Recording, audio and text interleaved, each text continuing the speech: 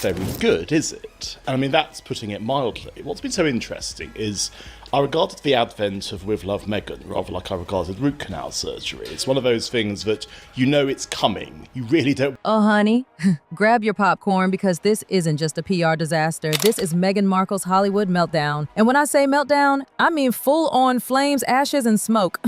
Can you imagine landing a jaw-dropping multi-million-dollar Netflix deal that was supposed to paint you as some radiant, misunderstood queen and then completely burning it to the ground? That's exactly what Meghan did with Love Meghan. Netflix basically handed her a sparkly golden ticket to rebrand herself, and she turned it into a hot mess of ego, fakery, and chaos. What should have been this heartwarming comeback story turned out to be a tangled web of staged moments, questionable truths, and scenes that felt more like a soap opera than a docuseries. From the outside, looked like a fairy tale, but behind the scenes, y'all, it was drama on steroids, scripted crying, fake kids, and a team struggling to keep up with Meghan's nonstop demands. When the truth finally spilled out, it wasn't just embarrassing, it was explosive. And guess what? That was just the beginning. Buckle up. Unethical.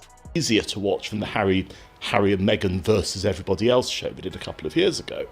It's actually worse because the Harry and Meghan show at least had newsworthy lines, it at least had some purpose to it. Let me spill the real tea. This wasn't just a case of bad lighting or sloppy editing. No, darling, this was a total PR implosion. Meghan's mission to become this shining symbol of empowerment, it collapsed faster than you can say reputation crisis. Netflix had stars in their eyes when they signed her and Harry. They wanted that same viral lightning from their earlier docuseries. But what they got? A scandal wrapped in a faux inspirational bow. And baby, those red flags waved from the first minute. Claims that were meant to sound brave and noble, unraveled fast, nothing added up. And let me tell you, Netflix insiders were horrified, mortified. They were watching the project crumble before their very eyes. And then came the real kicker, because the dishonesty wasn't accidental. It was planned, deliberate. Yikes. She calls herself Meghan Sussex in the show.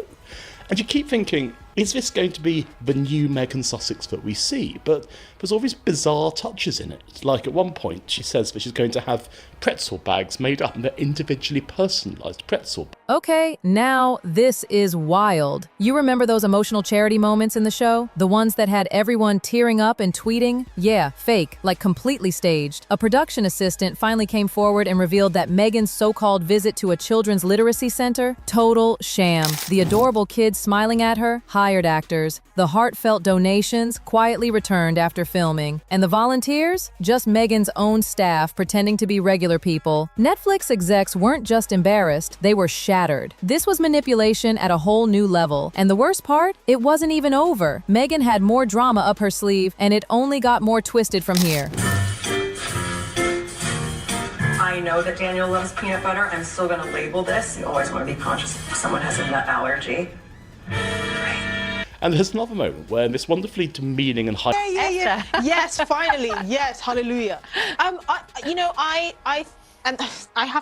always have to give a preamble to whenever I talk about Meghan and Harry and say, I don't know them, I'm not haters, I don't care. But I think the way they have taken their 2 days, because they were really working royals. Now get this, Meghan tried to drop a bombshell on the royal family, claiming a senior royal emotionally abandoned her during pregnancy. Like huge accusation, right? But wait, there was a teeny tiny problem. No proof, no witnesses, no timeline, not even a scrap of paper to back it up. Netflix's legal team went into full panic mode. They knew this could blow up into a massive lawsuit. They pulled the segment last minute, but by then, the damage was already done. Executives started asking the question that had everyone, was any of this even real? And girl, what came next proved things were even worse off camera. And basically commercialized their experience in the royal family. And commercialized the royal family is so disrespectful to the Queen, who has basically dedicated her life in service to the royal family. I've always said, I think a lot of the things they've done after leaving the royal family has been very tacky, in particular the Oprah interview. But I think this was probably the final straw for me, because I just thought, wow, you're just running with it shamelessly, right? This is the Queen's Jubilee year, and you just have no shame in what you're doing. And I think people are sick of it. What else are they going to say? There's nothing interesting about them anymore. We've talked for ages about you're already part of something, and then you go there moaning about press intrusion, you sign this big deal. Delighted it's can. I can. Oof. The drama didn't stop at what we saw on screen. Behind the scenes, total chaos. Like reality show level meltdown. Sources say Meghan was a nightmare to work with, hostile, nitpicky, controlling. One assistant even said she would yell at staff in front of the whole crew over tiny slip-ups. Can you imagine? Things got so tense, Netflix had to bring in conflict resolution specialists. Yes, that's a real thing, just to keep the project from falling apart. But it was too late. Staff started quitting left and right. Even seasoned Hollywood pros were like, nope, never again. And just when you thought it couldn't get worse, oh, it did. Because those emotional stories Meghan told, they weren't even hers. This is what I forget, the virtue signalling and all that. I don't know how he and she can, through this Archewell Foundation, can say things like, we won't rest until we've created world peace. Do you know what? You don't even know what honestly, it's almost so condescending. And for me, just go back to America. I'm not surprised, because Netflix have probably gone, it's not going to work. Maybe Netflix have heard the noise against these two. I know she loves them. Well, I mean, it's... Sharon, I would love to hear what you have to say about this. Well, I'm like, welcome to the industry. You wanted to be a part of it. Listen to this. Yes, you heard that right. Some of Meghan's tear-jerking stories weren't even from her life. One emotional scene about facing racism in a grocery store, turns out it was lifted, almost word for word, from an old Reddit post, a viral one. Fans and fact-checkers started digging, and guess what? They found more, lots more. Turns out several of Meghan's personal experiences were eerily similar to other people's stories found online. It wasn't just lazy, it was shocking. She was literally borrowing people's pain to build her narrative. For a platform like Netflix, which brags about authentic storytelling, this was the ultimate betrayal. And oh, honey, it gets so much worse. Welcome. It happens so many times to so many people. And I mean, they're, you know, I didn't think the idea was great in the beginning. You know, the story we've heard is a million, you know, you've seen it a million times. But anyway, this is not an unusual good. The first thing they have to do is cut. And they've cut them. But I think that their business, I don't think that Meghan's book for children did very good. And I don't think their podcast was doing great. So welcome to Hollywood. You couldn't tell. But, like, you there's 10 ideas, and you'll be lucky if one gets commissioned. Have they been rumbled? Is that what's happened here? Have they actually finally been rumbled? I think it was the name. I think they must have thought, you know, we're Meghan, we're Harry, we're going to sign this deal. But when you fill in the gaps, with the greatest respect to podcast, the Archibald thing, where's the substance? Let's talk about this next level of manipulation. You know that emotional moment where Meghan's cradling Archie's toy, crying softly on camera? We were all like, aw, poor thing. Well, surprise! She didn't cry. Not a single tear. Editors later revealed that they added the sad crying sound in post-production, along with moody music and lighting to make it feel real. So basically, it was a performance, not a documentary. And Netflix, completely blindsided. They thought they were funding a heartfelt series, not a glorified reality show with fake crying and borrowed stories. And what happened next? Oh, it was the beginning of the end. When the show finally dropped, you'd think all that hype would pay off, right? Wrong. By episode 3, ratings had plummeted, more than 60%. Ouch. Even Meghan's diehard fans were calling it cringe. People said it was over-scripted, self-indulgent, empty. Netflix's own data showed viewers were bailing mid-episode. Critics weren't any kinder, calling it a Meghan Markle PR puff piece pretending to be a documentary. And Netflix?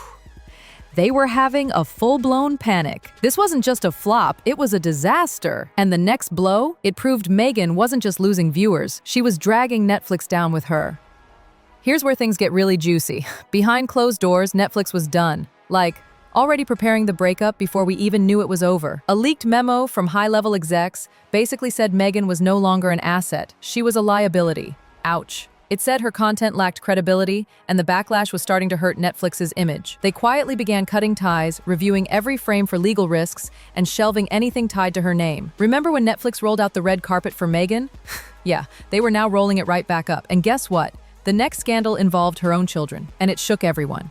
Now this was the scandal that really had jaws dropping. Just when Netflix thought it couldn't get any worse, boom, here comes the controversy involving Meghan's own kids. There were these sweet little scenes showing her with Archie and Lilibet meant to feel warm and raw and motherly. But behind the scenes, legal teams were freaking out. There were missing documents, no timestamps, no location permissions, and rumors started swirling. Were those even her real kids in some scenes? Netflix suspected that stand-ins might have been used without disclosure. Like, what? This wasn't just shady, it could be a serious violation of child protection laws in media. They panicked, yanked the questionable clips, and issued strict new rules, basically banning any future filming of her family without third-party oversight. But girl, that wasn't the last blow. Because just when Meghan thought her star-studded guest list would save her, everyone bailed. Now brace yourself for this. This is Hollywood humiliation on another level. Meghan's plan was to pack her show with A-list powerhouses. Oprah, Michelle Obama, Serena Williams, Tyler Perry, Ellen. A dream lineup, right? Except every single one of them either ghosted or backed out. Quietly, no drama, just a firm no thanks. Sources say they wanted nothing to do with the mess Meghan was creating. Word got out that the series was looking like one long self-obsessed spectacle, and no one wanted to co-sign that. Even in Hollywood, where fake is normal, Meghan's name was starting to scream trouble. Executives were stunned. These were her close friends, and even they were distancing themselves. But did Meghan tone it down? Nope. She doubled down and made everything worse. Okay, now this is where Netflix completely lost control. Meghan didn't just star in the show, she ran the whole thing. From day one, she demanded total control. No edits unless she approved them, no scenes unless she wrote them.